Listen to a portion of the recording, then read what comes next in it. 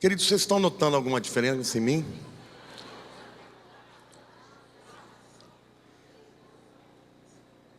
Está muito sol aqui, né? Não estou com conjuntivite. Isso aqui só faz parte da ilustração da minha mensagem. Então posso tirar os meus óculos agora de sol e no momento oportuno eu vou ilustrar com ele. Olhe para a pessoa ao teu lado e diga: está preparado? Deus vai falar com você, meu querido. Eu quero começar lendo um verso da palavra de Deus que todos vocês muito provavelmente sabem de cor.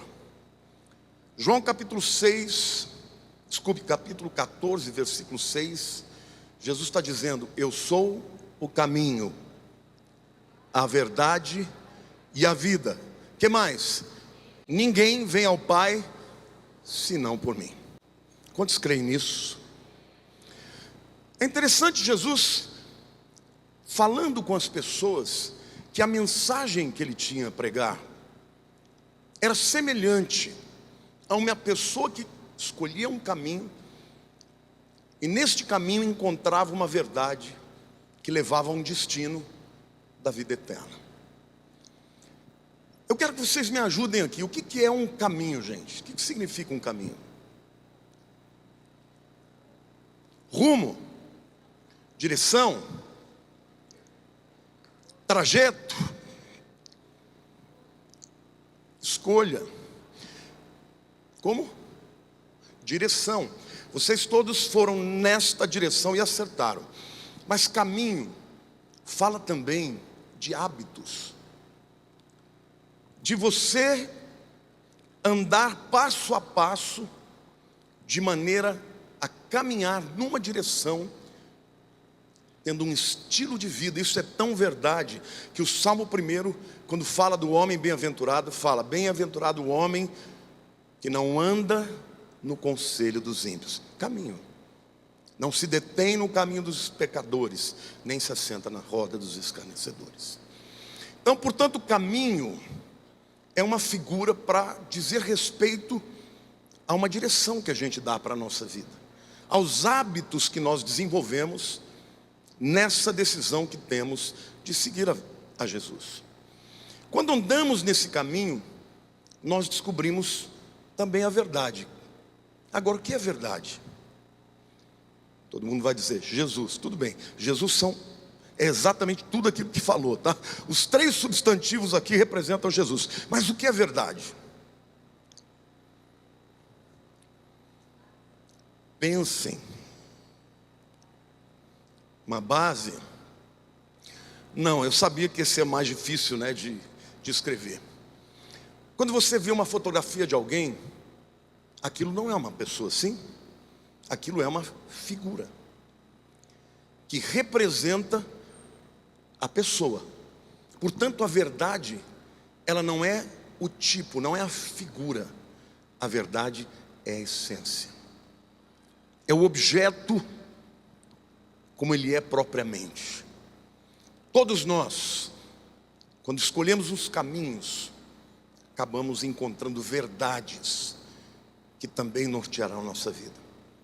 E se você seguir por Jesus, pelo caminho de Jesus, crer na verdade que é Jesus, você terá a vida eterna, porque Jesus é a fonte, a origem de toda a vida. Amém ou não? Mas a gente tem um problema, irmãos, porque embora nós creamos nessa verdade, nós vivemos num tempo onde a filosofia vigente diz que não existe uma verdade absoluta. Tudo é relativo, sim ou não? Aliás, as pessoas dizem que a verdade, ela depende de cada um, do indivíduo. E muitas pessoas ainda vão além, dizem: não existe uma verdade só, não existe uma verdade absoluta, então discutir sobre o assunto é irrelevante. Agora, da mesma maneira que Jesus disse que Ele é o único caminho que leva a Deus, todos os demais caminhos, todas as outras verdades levam a qualquer outro lugar, mas não a Deus. Quantos concordam com isso? Diga amém. Estão entendendo o que eu estou dizendo, irmãos? Pois bem, por que eu estou dizendo isso? Porque o cristianismo, quando ele veio ao mundo, ele veio não só para salvar o indivíduo do inferno, não veio só para o destino final na presença de Deus. Ele veio para transformar o mundo e transformando a sociedade. Quantos aqui creem que você hoje foi colocado e plantado por Deus nesta geração para transformar essa sociedade? Agora, sempre que houve mundo, as pessoas tiveram as suas próprias verdades, os seus próprios caminhos, mas todas essas verdades não resistiram ao tempo, ou à constatação de que aquela verdade era pueril, não tinha substância. O cristianismo, em contrapartida, resistiu a tudo. Quando veio o cristianismo, os homens viviam na cultura helenista, na visão de mundo helenista. Quando Jesus pregou o evangelho, logo vieram os gnósticos, os docetistas, e a história vai avançando e outras visões de mundo aparecem. Após a Idade Média, veio o racionalismo, o empiricismo, o iluminismo, o existencialismo, o pós-modernismo, tanto ismo que já me deu até canseira. O nazismo, o fascismo, o comunismo, o capitalismo, tudo vai passar, mas a palavra de Deus permanecerá. Jesus disse: eu sou o caminho, a verdade e a vida, ninguém vem ao Pai senão por mim. A Bíblia também diz: há caminho que ao homem parece direito, mas que no final é um caminho de morte. Tudo bem até aqui? Começaram a entender, eu só estou começando a pregar. Por que eu estou dizendo isso? Porque o tema da mensagem de hoje é fruto de uma reflexão que eu tenho feito nos últimos meses. Eu tenho me incomodado muito sobre o papel da igreja nos nossos dias.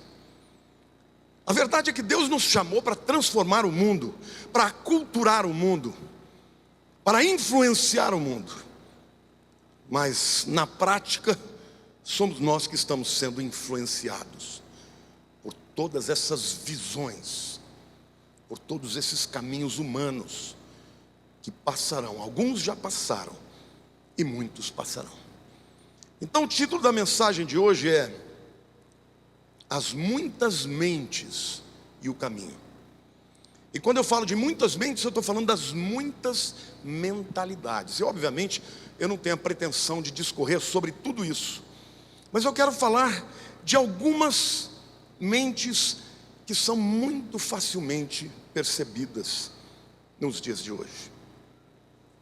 Antes de eu entrar propriamente na mensagem, eu me lembro que quando eu me converti, eu li um livro que mudou a minha vida, chamado Fator Melquisedeque. Alguém leu esse livro? Se encontrarem, leiam, porque ele é maravilhoso. Esse livro fala que em cada cultura, em cada momento da história, Deus introjeta na cultura humana um tesouro, uma verdade a ser descoberta, que quando é descoberta, ela transforma a sociedade.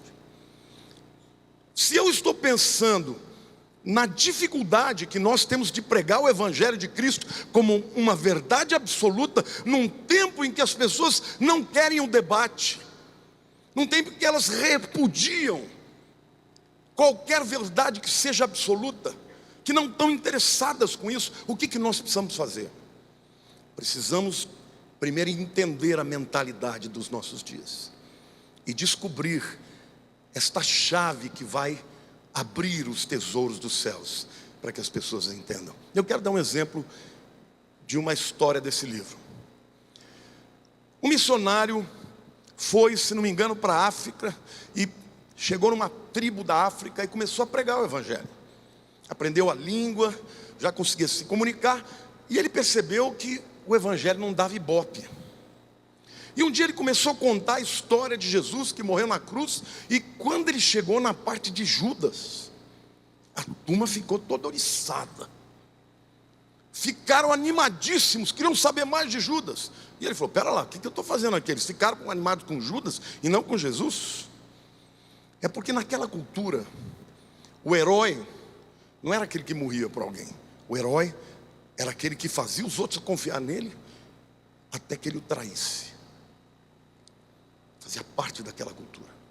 E ele começou a orar a Deus, e orar a Deus, e conhecer mais daquela mentalidade, até que ele descobriu esse tesouro que Deus tinha para aquela cultura. Ele descobriu que dentro da tradição daquele povo, se um chefe quisesse reconciliação com uma outra tribo inimiga, a única maneira que podia ser feito isso era que o chefe entregasse o seu filho primogênito para ser sacrificado pela outra tribo. Quando ele descobriu isso, ele reuniu todo mundo e contou a história do chefe de todos os chefes, que é Deus, entregando o seu filho primogênito para ser sacrificado para a reconciliação das tribos. Queridos, na hora que esse homem fez o apelo, a tribo inteira se converteu. E um detalhe daquela tradição: uma vez feita a reconciliação, nunca mais eles podiam romper aquele laço. Foi isso que Jesus fez por nós, amém? Glória a Deus.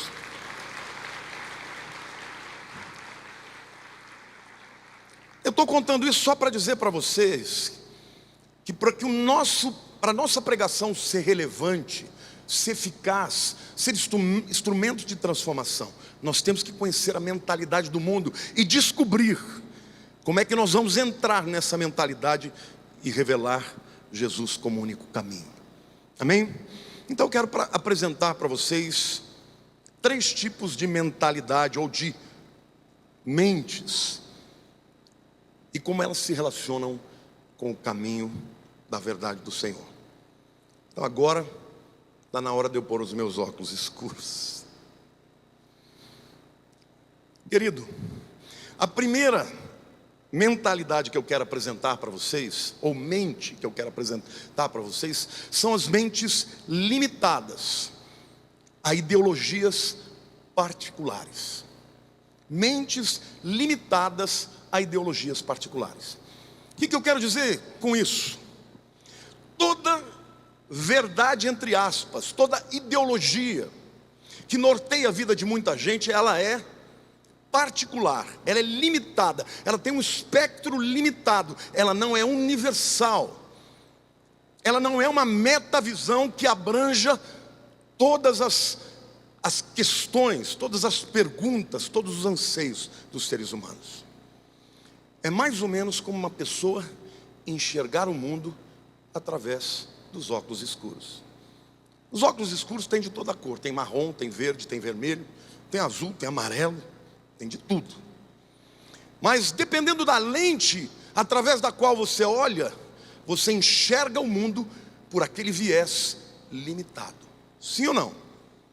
Quando alguém conhece Jesus, entra pelo caminho que é Jesus, descobre a verdade de Jesus, ele tira os seus óculos e deixa de ver o mundo por um viés limitado. E diante dele se abre uma verdade maravilhosa que transforma a vida de todos. Quantos creem nisso? Mas a verdade é que durante toda a história, Satanás sempre plantou ideologias, filosofias, verdades entre aspas, para fazer com que o homem escolhesse um outro caminho que não fosse o caminho de Deus.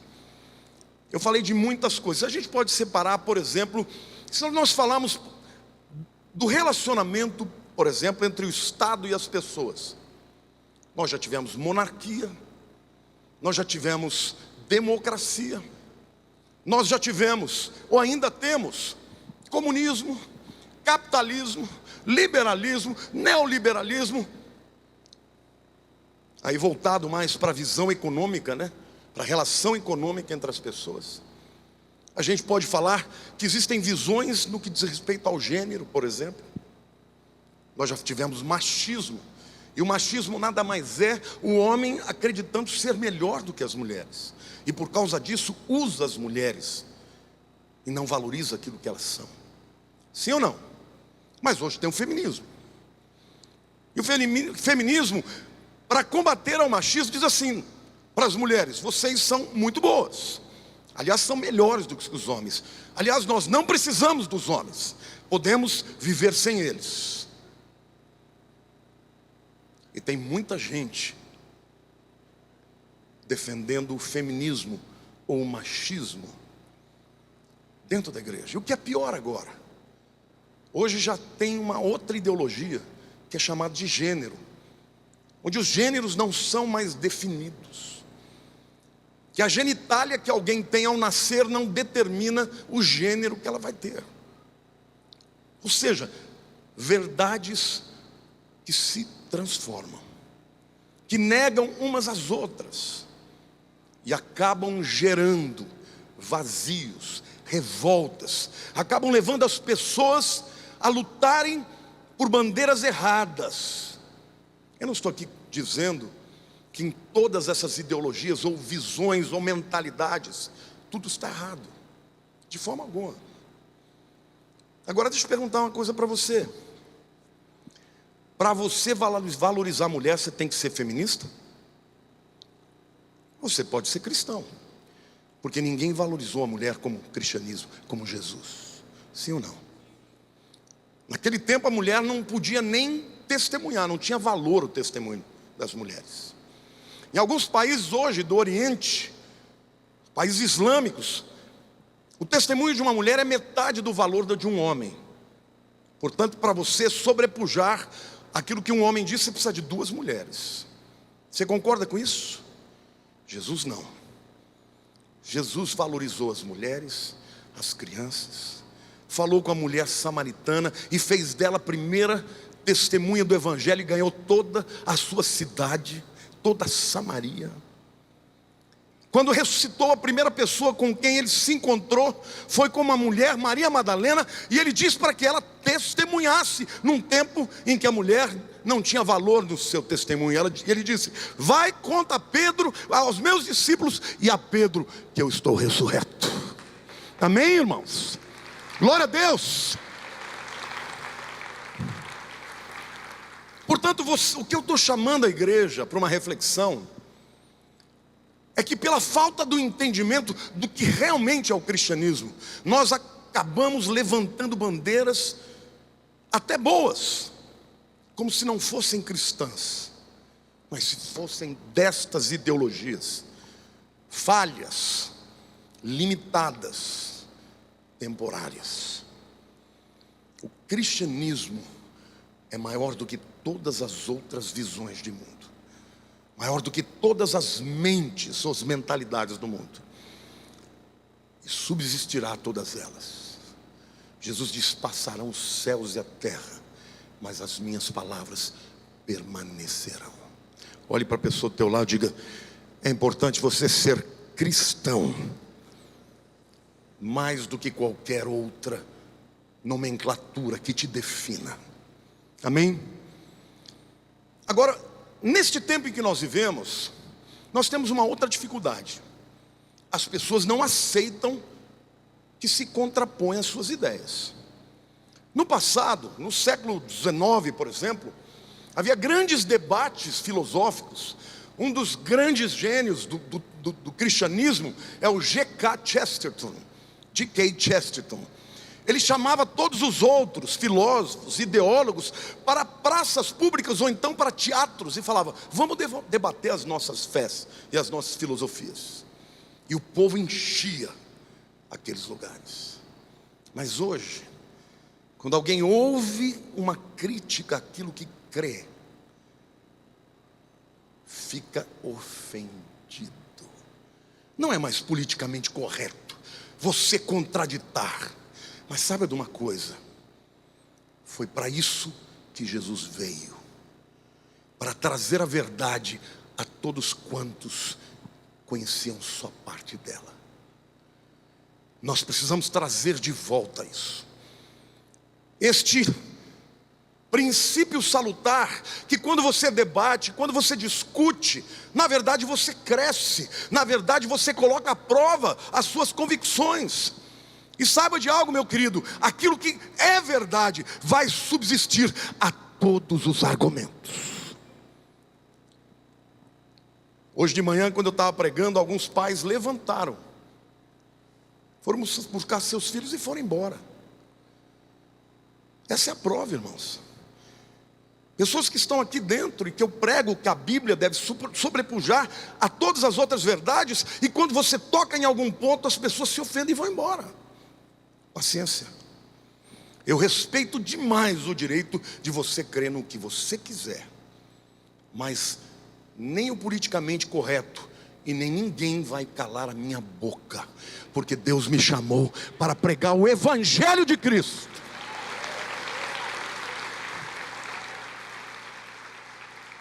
Então aqui deixa eu falar algo para vocês, porque isso aqui não é uma mensagem para trazer transformações na sua vida política. Eu não estou nem aí se é a direita ou a esquerda que vai ganhar, se é o PT ou se é o PSL, se é o Bolsonaro ou o Haddad. Para mim não importa, porque eu sei de uma coisa, que Jesus é maior do que os dois, é maior do que todas as convicções, e eu não dependo de nenhum deles para ser feliz, para ter uma vida de vitória, e eu não dependo, e nós como cristãos não dependemos disso para que nós possamos existir. Seja em tempos de paz, seja em tempos de perseguição, o Evangelho vai sobressair, porque a luz do mundo é a verdade imutável, intransferível de Deus revelada aos homens. Amém, igreja?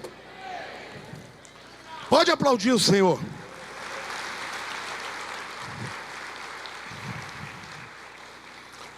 Hoje uma palavra que se usa muito é tolerância. Mas as pessoas exigem tolerância até que alguém fale contra aquilo que elas pensam. Aí os tolerantes, os que exigem tolerância, ficam intolerantes. Deus tem falado comigo: filho, pregue a verdade, não pregue bandeira alguma, porque maldito o homem que confia no homem. Pregue a verdade, e a verdade é o Evangelho de Cristo, absolutamente verdadeiro, sem nada que possa desabonar os seus princípios espirituais, intelectuais, morais e éticos. A palavra de Deus é a verdade e subsistirá a todas as outras maneiras de pensar, a todas as metavisões que definem aquilo que as pessoas acreditam, como elas veem o mundo. A prova de que Jesus foi diferente é que um dia chegaram para ele com uma mulher pega em adultério, e a lei dizia o seguinte, que a mulher devia ser apedrejada. E os fariseus, que enxergavam o mundo por sua religiosidade, e aqui eu quero dizer que a religiosidade também é uma droga. Tem gente que é mais calvinista do que crente, tem gente que é mais arminiano do que crente. Eu não defendo placa de igreja, denominação de igreja, porque isso vai passar, mas a igreja de Jesus vai ficar até o fim. Quando perguntaram para Jesus: o que o senhor vai fazer com essa mulher? Ele virou para ela e perguntou: escuta, ninguém te condenou? Porque antes de... ele não contraditou a lei, ele simplesmente falou: tudo bem, a lei diz isso, então se alguém não tem pecado, pode atirar a primeira pedra. E todo mundo ali fez a meia-culpa e vazou, desapareceu. E Jesus ficou, ele e ela. Mulher, ninguém te condenou? Não, Senhor, eu também não te condeno. Vá e não peques mais. A visão da religiosidade via a lei e não o ser humano. Jesus viu aquela mulher que foi criada por Deus e viu toda a potencialidade do que ela era e que poderia ser. E por causa da sua visão mais ampla, Ele deu um outro destino de vida e não de morte. Então quando eu vejo essas brigas na internet, eu falo, Deus do céu, quando acabar esse negócio, vai ter que ter muito crente pedindo perdão, irmãos, porque está feia a coisa. As pessoas defendem mais política do que crente, do que o evangelho. Eu não vejo ninguém brigando pela fé. As pessoas estão brigando pela sua posição ideológica e política, como se o resultado dessas eleições fosse determinar se nós vamos ser felizes ou não. Diga para a pessoa ao teu lado, você pode ter a tua posição, mas não pense que é esse que ganhar a eleição que vai fazer do Brasil uma bênção. O que vai fazer do Brasil uma bênção é a presença do Senhor na nossa vida. É o Senhor que vai nos transformar. Amém, igreja?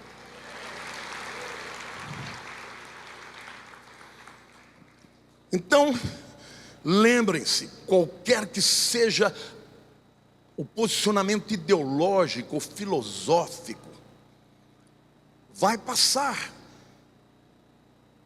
E é uma lente limitada que te faz ver o mundo através dessa coloração ou desta característica que esta lente tem. Se você é de Jesus, tire os seus óculos e comece a ver a verdade como ela é. Amém? Glória a Deus. Quando você vive debaixo desta visão limitada, como por exemplo as feministas, não conseguem ver o mundo além do seu feminismo. Os machistas não veem o mundo além do seu machismo. O socialismo não vê o mundo além do socialismo. Os capitalistas não enxergam o mundo além do capitalismo. Os evolucionistas não enxergam o mundo além das células. Os psicólogos não enxergam o mundo além das experiências passadas. Todos obcecados com a pequena coisa que os define. Olhe para a pessoa ao teu lado e diga, você é mais do que qualquer visão de homens. Vocês estão entendendo, irmãos? Quantos aqui querem ser mais crentes do que qualquer outra coisa? Se alguém me perguntar, em determinado assunto vão pensar que eu sou de esquerda, em outros assuntos vão pensar que eu sou de direita. Aí fala, mas pera lá, está incongruente. Não, meu irmão, porque eu sou crente, eu sou de Jesus. Então se a esquerda tiver alguns elementos que tem no cristianismo, eu, bom, aceito isso. Se a direita tiver outros elementos que estão na palavra de Deus, eu, joia, eu creio nisso. Por quê? Porque eu sou, antes de mais nada, cristão. Porque eu creio na única verdade que jamais vai mudar. Vocês estão me entendendo, irmãos? Quando estão me entendendo, diga glória a Deus. Então, saibam, a igreja foi chamada para iluminar as trevas, não com ideologia de homens, mas com a verdade do evangelho. O segundo tipo de mentes são as mentes limitadas pela falta de instrução. Sabe, gente, eu não sei se você percebeu, e isso aqui não é discurso de velho não, mas vocês estão percebendo que as pessoas estão tendo cada vez menos instrução? Eu, por exemplo, eu cresci em Olímpia, uma cidade pequenininha. Estudei a vida toda em escola pública. Eu me lembro até hoje que na 5ª série eu tinha uma prova de português. E sabem qual que era a prova? A professora iria dar um verbo e eu tinha que recitar todos os tempos, desde o presente indicativo até o particípio. Passando pelo indicativo, depois pelo subjuntivo, depois o imperativo, depois o gerúndio e depois o particípio. 5ª série. E eu me lembro que eu tirei 10. Acertei tudo. Um pirralho de 10 anos de idade.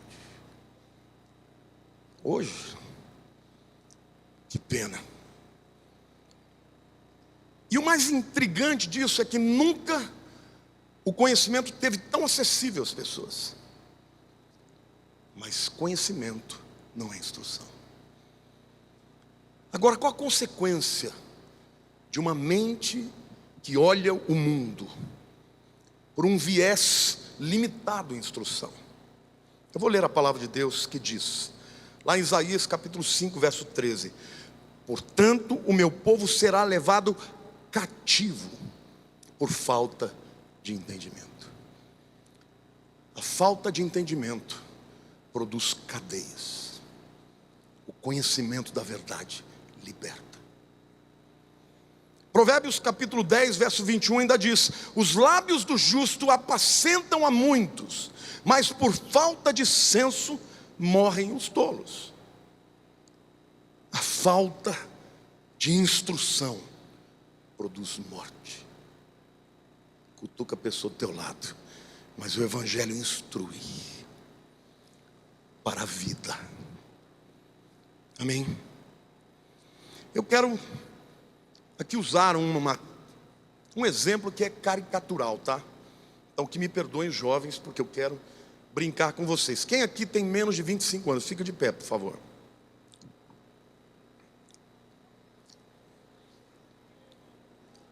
Ai, que inveja.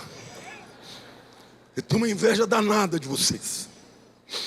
Passou tão rápido, gente. Mas pode sentar que agora eu vou brincar com vocês. Para mostrar para vocês como o mundo hoje carece de instrução, especialmente na questão da linguagem, do entendimento, da compreensão, e como resultado as pessoas são facilmente manipuladas e levadas por aquelas pessoas que são colocadas em lugares, professores que desde a primeira série até o último ano da faculdade, não para trazer conhecimento sobre a vida, sobre matemática, português, mas para ter um discurso confessional, ideológico, para introjetar nos cristãos e nos demais dúvidas sobre a fé. Porque hoje, para muitos, ensinar significa ajudar a criticar. Eu quero te dizer, você pode criticar qualquer coisa, mas não a palavra de Deus, porque ela é imutável, ela é a verdade. É melhor ensinar do que criticar, ensinar a pensar, porque a crítica destrói e o ensino da verdade constrói.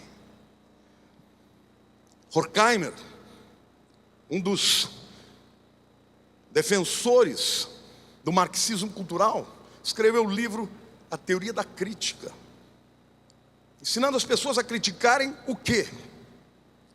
A visão judaico-cristã e, portanto, a verdade. E aí você não entende por que os seus filhos chegam a uma certa idade e já começam a questionar a fé, porque eles recebem uma avalanche de mentiras por pessoas, professores preparados, doutrinados, com uma agenda programática para desconstruir a sua fé e fazer de você um ateu. Não se ofendam, mas é isso que está acontecendo. Quantos aqui têm filhos adolescentes? Você percebe isso dentro da sua casa? Pois não. Mas vamos brincar com jovens aqui, que eu falei para vocês. Chega um garoto de 18 anos para falar com um amigo dele e fala: mano, como é que você está? Beleza. Ele fala: sabe aquela mina? Tá tipo olhando para mim, tá ligado? Aí o outro: verdade, mas a mina ouviu ele falando: e aí, meu? Ô cara, não tô olhando pra você não, tô tipo nem aí com você, tá ligado? Eu também não tô, fica na tua que eu fico na minha. E a conversa acaba.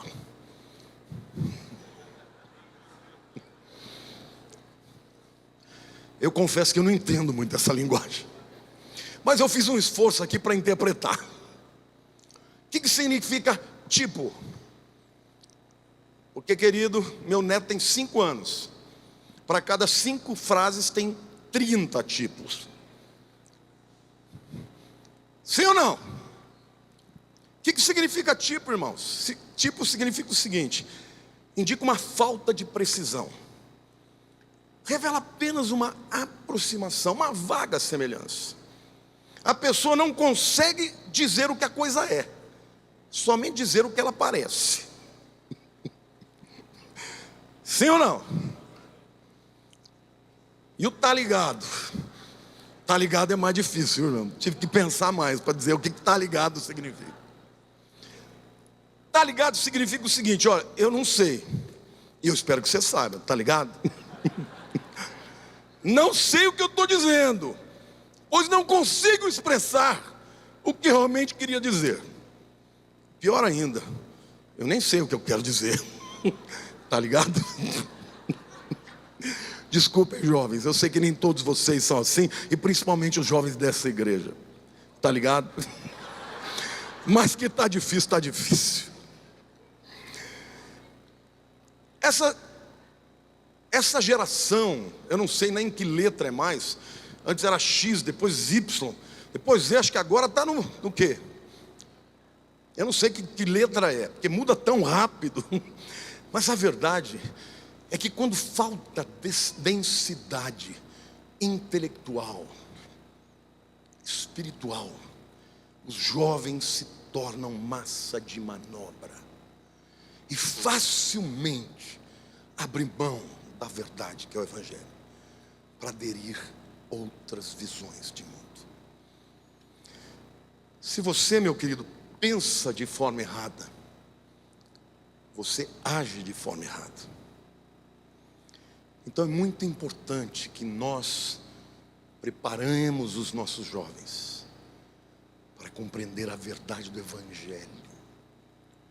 Hoje eu tive uma reunião com a Isabel, com o Edmilson, com o Ramon e a Érica, porque eu quero preparar os jovens dessa igreja desde os 0 anos, desde que eles entram aqui até que eles entrem na faculdade, preparados para chegar lá, inteligentes, preparados, defendendo o Evangelho com inteligência, com unção, com preparo, e não chegar lá como se fosse um desavisado, para enfrentar pessoas muito mais preparadas e que vão desconstruir a sua fé.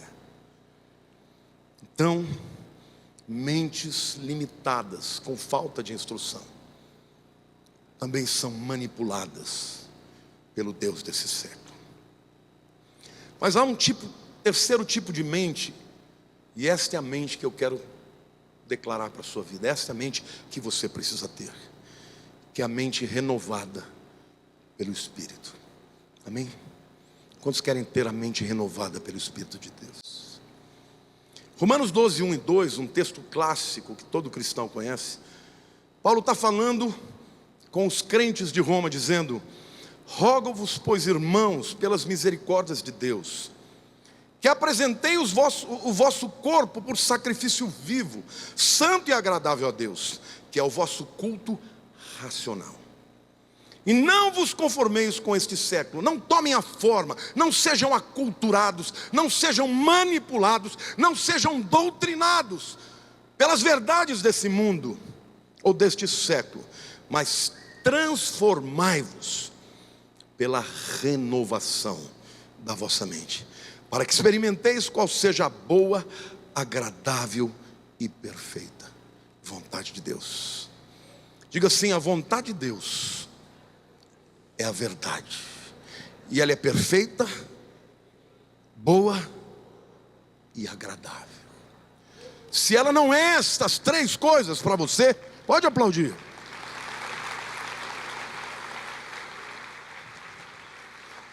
É porque o cristianismo não transformou a sua mentalidade ainda. E tem muitos cristãos dentro da igreja que conseguem crer que Jesus morreu pela sua salvação, pela salvação das suas almas, mas duvidam e vivem debaixo da égide de uma outra verdade, e jamais experimentarão cristianismo que é bom, que é perfeito e que é agradável.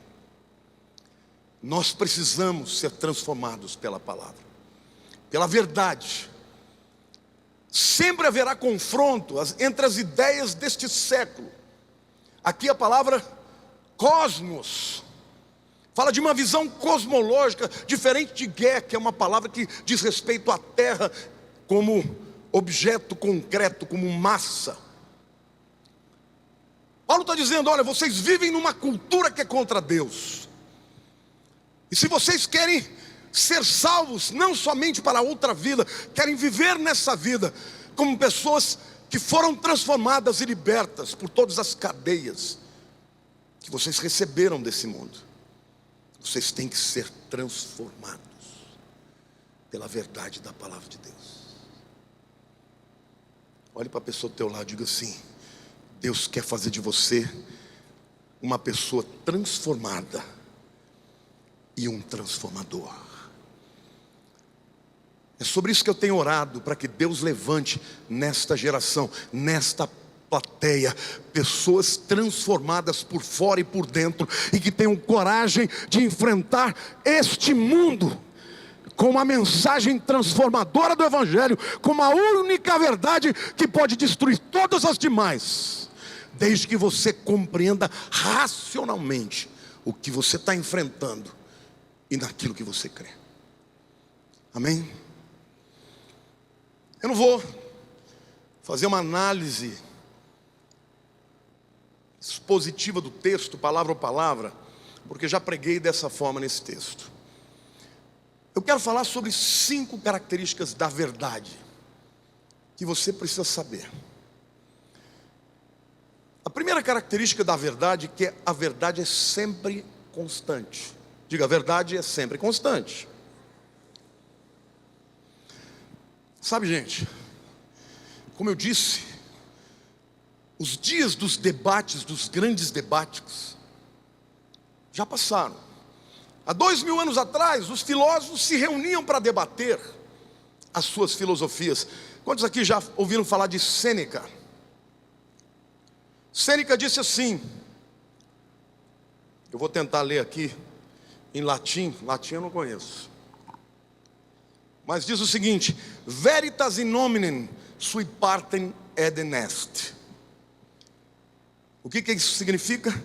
A verdade é sempre a mesma em todas as suas partes. Diga: a verdade é sempre a mesma em todas as suas partes. Sabe, querido, se você entender isso, você vai se dar bem na vida. Vocês querem ver uma coisa? Se existe uma parte que não é verdade, ela é o quê? Mentira. Você já viu a dificuldade que o mentiroso tem quando ele tem que defender o argumento que ele usou? Ele inventa uma história, aí passa uma semana, ele fala: o que eu falei mesmo? Se você entender que a verdade ela tem que ser completa, é um todo, ela é verdade em todas as suas partes, que a verdade tem consistência, você andará com tranquilidade nesse mundo, sem medo, sem espanto. Nos nossos dias não há mais lugar para isso, mas saiba de uma coisa: você não será um cristão verdadeiramente se o Evangelho não for crido na sua totalidade. Ou o Senhor é Senhor, ou Ele não será o seu Salvador. E se Ele é o Rei, como nós cantamos muito bem aqui, todos nós cantamos que Ele é Rei, mas como súditos a gente não aceita algumas leis, porque essas leis estão ultrapassadas. Diga assim: a verdade é verdade por inteiro, ela tem consistência. Experimente se levantar nos ciclos acadêmicos para dizer que você crê na Bíblia toda. provavelmente você vai ser expulso, porque eles vão dizer: você é doido, é louco, acredita em Adão e Eva.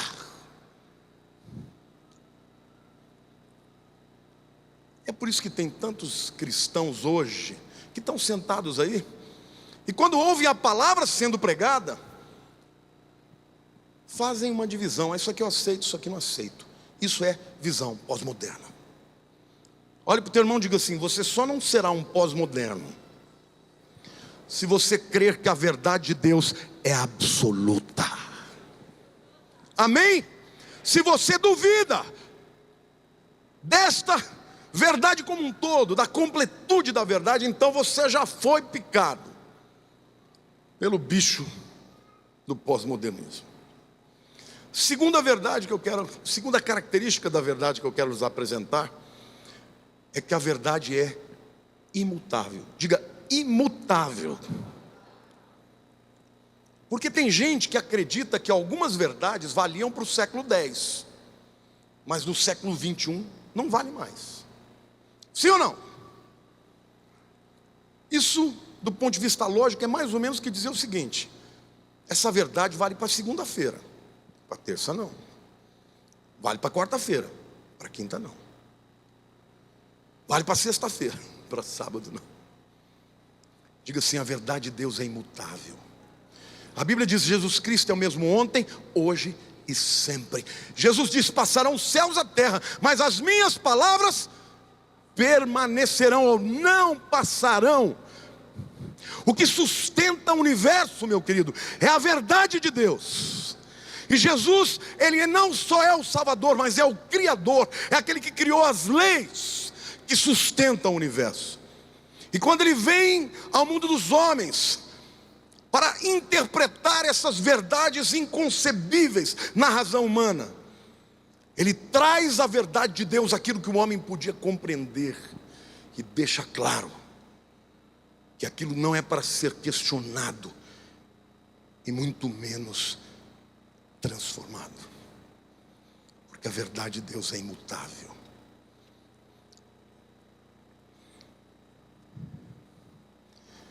Quando Jesus diz: eu sou o caminho, a verdade, a vida, Ele usa um artigo definido. Fora desta verdade, só existem verdades parciais. Amém? Em terceiro lugar, eu quero dizer que a verdade é inconfundível e distinta. E aqui eu quero dizer para vocês que uma mentira é uma forma de camuflagem, que tenta dar ao segundo plano uma importância maior do que o primeiro. Essa mentira, essa camuflagem, tenta enfatizar o que é insignificante e tirar a ênfase do que é importante, degradando a verdade completamente. Vocês entenderam, irmãos? Todo questionamento da verdade, toda vez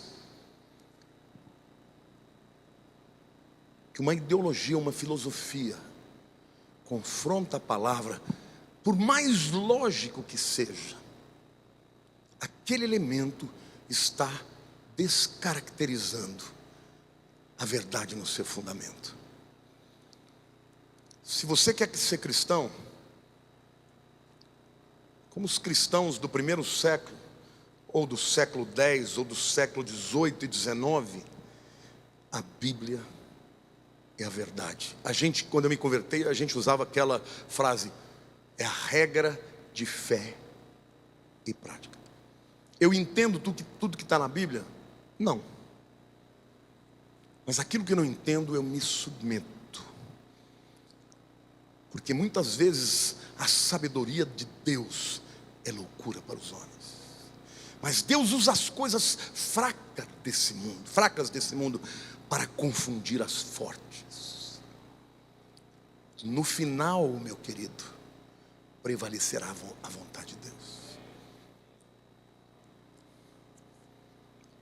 Nessa reunião que eu estava hoje, alguém usou um argumento que eu achei muito interessante. Diz que o crente chega no céu, e quando chega lá e fala: escuta, onde é que está o Hitler? Está no inferno. Mesmo?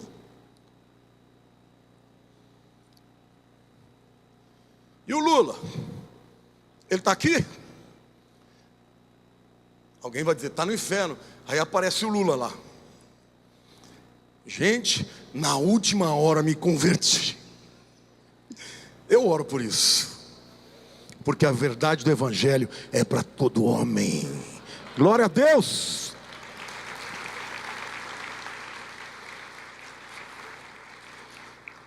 Mas para vocês entenderem a dificuldade que os cristãos hoje têm de assimilar o Evangelho como verdade absoluta, uma das coisas que eu acho inconcebível, pensar que na Alemanha de Hitler, os cristãos apoiaram Hitler. Misericórdia, aquele monstro sendo apoiado por cristãos. Vejam como as pessoas são capazes de ficar cegas, porque elas não são transformadas pela verdade. Elas vestem uma roupa que não modifica o seu interior. Mas naquele povo, naquele tempo, se levantou um homem, Dietrich von Bonhoeffer, um teólogo que ousou denunciar a Hitler e foi morto por isso. Mas esse homem tem um grande galardão. Quantos aqui estão dispostos a se levantar nesta geração, pregando a verdade a despeito das consequências? Não tenha medo do politicamente correto, das perseguições. É para isso que nós estamos aqui. Em quarto lugar, somados às características de consistência, imutabilidade e distinção, que faz da verdade cristã diferente de qualquer outra, nós temos ainda o conceito de inteireza. Qualquer coisa que seja menos do que a verdade como um todo é uma heresia. Você já ouviu falar sobre heresia? A heresia, do ponto de vista semântico, não diz respeito só a uma teologia errada. Diz respeito a uma verdade que foi mutilada. Você tirou um pedacinho da verdade e você já prega uma heresia. Por quê? Porque a heresia, toda heresia revela uma insatisfação com a verdade inteira. Significa que a versão própria que você tem, ainda que seja truncada, é mais importante do que a verdade na sua totalidade. É uma pena, mas tem muitos cristãos hereges dentro da igreja, porque pregam uma verdade mutilada. Primeiro, que estudam muito mais os outros pensadores do que a Bíblia. Segundo, porque não é politicamente correto, não é bacana, não é confortável ser a voz destoante. Mas os profetas que Deus levantou sempre destoaram, até dentro das igrejas e da religiosidade. G.K. Chesterton, esse grande pensador que eu apresentei a vocês, ele diz o seguinte: a verdade total é geralmente aliada da virtude. Uma meia verdade é sempre aliada a algum vício. Eu vou repetir. A verdade total geralmente é aliada da virtude, mas a meia verdade é sempre aliada de algum vício. Sim ou não? É a pessoa que quer destruir o casamento e quer encontrar razões para isso. Aí mutila a verdade. É a pessoa que quer justificar as dificuldades interiores, as inclinações na sexualidade, e então corta a verdade da Bíblia e cria uma nova. Toda vez que alguém mutila a verdade não, aquela verdade que sobrou desta mutilação, eu merecia. Diga assim: a verdade de Deus é completa, é inteira. Eu me converti, eu me lembro de um pastor que dizia: na Bíblia eu creio até na capa. Quantos aqui creem na Bíblia como um todo? Queridos, a Bíblia diz que sem fé é impossível agradar a Deus. E se você não crer na sua verdade, na sua palavra, jamais você o agradará.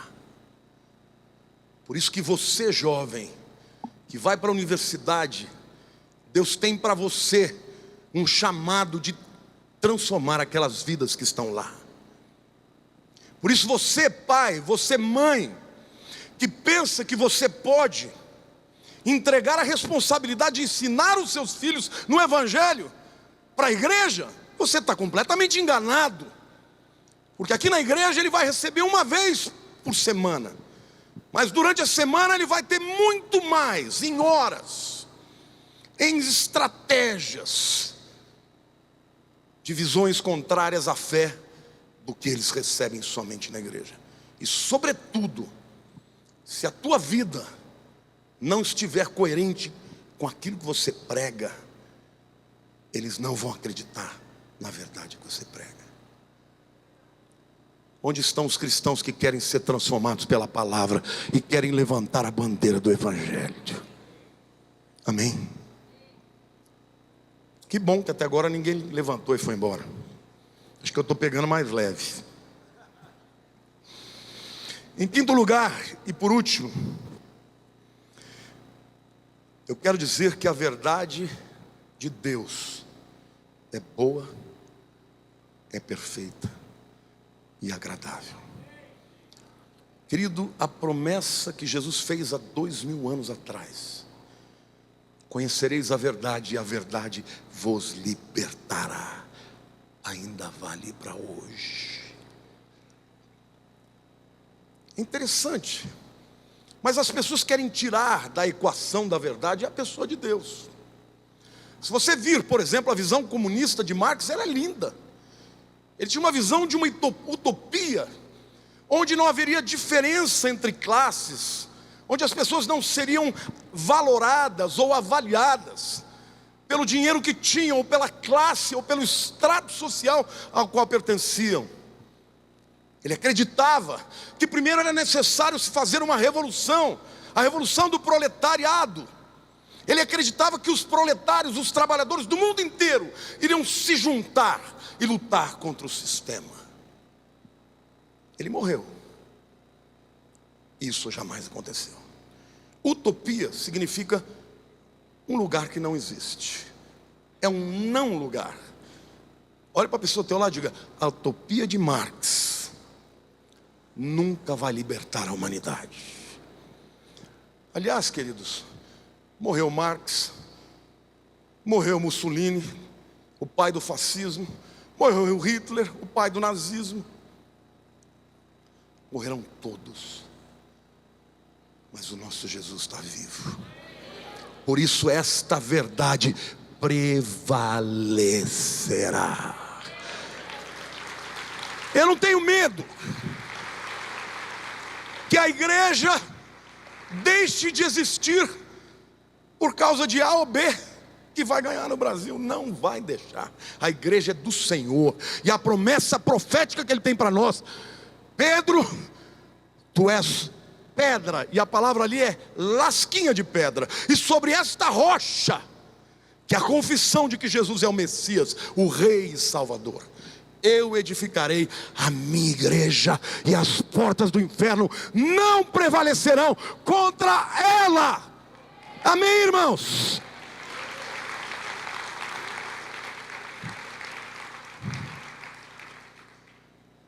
Deus quer levantar cristãos transformados e transformadores. Alguém, aliás foi o Chesterton mesmo que disse a verdade para que mais tarde alguém possa acreditar nela. Disse uma mentira para que acreditem nela imediatamente. Disse a verdade para que mais tarde alguém possa acreditar nela.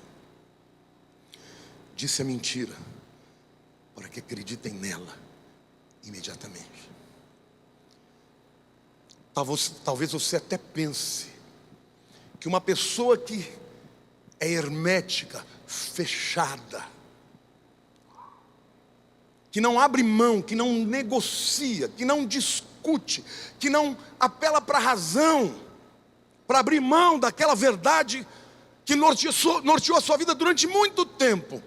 Tem muita gente que diz, isso aí só se aconteceu um milagre. Mas querido, a salvação é um milagre, e quem opera é o Espírito Santo. Às vezes pode demorar um pouco, mas as pessoas vão, por fim, acreditar. Porque a palavra de Deus, a verdade de Deus é viva. Você prega e aquilo fica. Ele nega, ele repudia, ele blasfema. Mas na hora que ele tiver uma brecha aberta, o Espírito Santo entra como cunha e faz assim. E aquela pessoa que você jamais acreditou que pudesse ser transformada, se rende a Cristo. Eu quero dar o testemunho da minha irmã. Minha irmã Silvana é uma irmã muito amada, a irmã mais próxima que eu tive, sempre. Ela tem 9 anos mais do que eu, ela me punha para dormir todo dia. Eu achava uma morte esse negócio de dormir, até hoje eu acho. E a minha mãe obrigava, tinha 2 coisas que minha mãe obrigava, era dormir depois do almoço e tomar vitamina com ovo. Ela falava, não, você é muito magrinho, tem que engordar. Olha aí o que aconteceu. São as 200 mil vitaminas que eu tomei, tá até hoje. Eu posso passar fome uma semana que continua a vitamina lá. Mas a verdade é que a minha irmã, ela cresceu no Evangelho. E ela entrou em psicologia na USP, em Ribeirão. E bastou um ano de psicologia para ela se declarar ateia. Tudo isso que a gente está descobrindo hoje, de marxismo cultural, de Gramsci, ela já ouvia lá atrás. E ela proibiu que a família inteira abrisse a boca para falar de Jesus. Não quero ouvir, me ofende. E a gente acatou. Mas eu amava muito a minha irmã, então eu nunca deixei de tocar para ela cantar. A gente sempre ficava junto, conversava. No tempo da minha juventude, eu era tão rebelde, cheio de questionamentos, e ela era a pessoa que me entendia. Então eu orei por ela todos os dias. Até que um dia, muitos anos depois da minha conversão, ela me liga e disse, lá eu estava ouvindo Bach e tive uma experiência com Deus. E ela falou, você me batiza? Eu falei, claro que eu te batizo, você estava chorando do outro lado. Eu falei, mas por que eu? Por que não Caio, que é mais velho, que foi o irmão mais próximo seu? Ela falou, você foi a única pessoa que continuou me amando. Você nunca abriu a boca para tentar me transformar. Você só respondia quando eu perguntava. E eu tive a felicidade de batizar a minha irmã. E hoje ela é uma cristã que crê que o Evangelho é transformador. Embora a palavra tenha demorado anos para surtir efeito. Olhe para a pessoa do teu lado e diga assim, a verdade que você pregar pode demorar para que as pessoas creiam. Mas as mentiras que são contadas já são endereçadas àquelas fraquezas, àquelas tendências, de maneira que você tem vontade de acertar, para que você não tenha que ser transformado, para que você não tenha que ser mudado. Mas o que permanecerá é a palavra de Deus. Eu quero chamar aqui a equipe de louvor, porque nós cantamos um cântico, e a gente vai cantar de novo, mas eu quero que você pense sobre esta letra. O nome do hino é ó quão lindo esse nome é. A letra da música diz, ó quão lindo este nome é. No início eras a palavra, um com Deus, o Altíssimo. Está falando de quem, irmãos? Jesus. Um mistério da tua glória, Cristo em ti se revelou. Ó quão lindo este nome é. Ó quão lindo este nome é. O nome de Jesus, o meu Rei. Ó quão lindo esse nome é. Maior do que tudo ele é. Ó quão lindo esse nome é. O nome de Jesus deixou o céu para buscar-nos, veio para me resgatar. Amor maior do que o meu pecado. Nada vai nos separar. Oh, quão maravilhoso é. Oh, quão maravilhoso é o nome de Jesus, meu Rei. Oh, quão maravilhoso é, maior do que tudo ele é. O nome de Jesus. Como eu amo esse nome. Outro nome não há. Eu adoro esse nome, porque a morte venceste, o véu tu rompeste, a tumba vazia agora está. O céu te adora, proclama a tua glória, pois ressuscitaste e vivo estás. És invencível, imutável, incomparável. Ele é a verdade que transforma o indivíduo, que transforma as famílias, que transforma as cidades, as sociedades, transforma as nações. Ele é o Rei dos reis. A Bíblia diz que o mundo é do Senhor, a terra e a sua plenitude. Mas Ele é Rei. E portanto, a sua palavra é a nossa lei.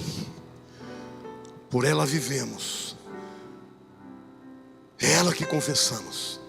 E nela vivemos. Agora o Senhor quer que você se posicione.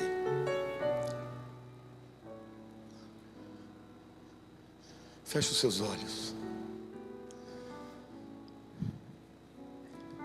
Esta oração não é uma mensagem direcionada para alguns. Esta oração eu fiz na presença de Deus,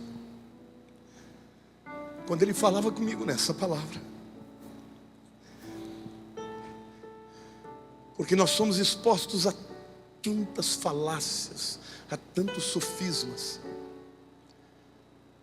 que muito vagarosamente a nossa fé vai sendo corroída. Elementos estranhos a ela vão entrando no nosso coração. Se você hoje quer entregar toda a mentalidade deste mundo, que tem sido defendida por você, crida por você, mesmo sendo contra a palavra de Deus, levante a sua mão. Podem ser verdades emocionais, podem ser verdades filosóficas. Levante os dois braços, meu irmão. Esse é um momento muito importante da tua vida. Diga: Senhor meu Deus, eu declaro hoje, perante o Senhor, e perante os seus anjos, e perante os homens, que a tua palavra é a verdade na minha vida. Mesmo que eu não compreenda, ela é a verdade. Num momento oportuno, seja nesta vida ou na vida eterna, eu entenderei. Por ora, me basta crer e obedecer, para que a tua luz brilhe na minha vida, na minha família, e que eu possa ser um farol nesse mundo de trevas, em nome de Jesus. Obrigado, Senhor, porque a luz do Evangelho de Cristo resplandeceu em nossos corações.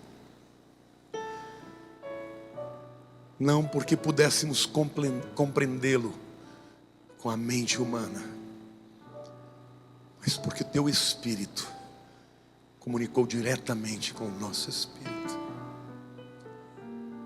Que segurança temos, Senhor. Diga assim: eu sou de Jesus. Diga: eu sou de Jesus. E Senhor disse: as minhas ovelhas conhecem a minha voz.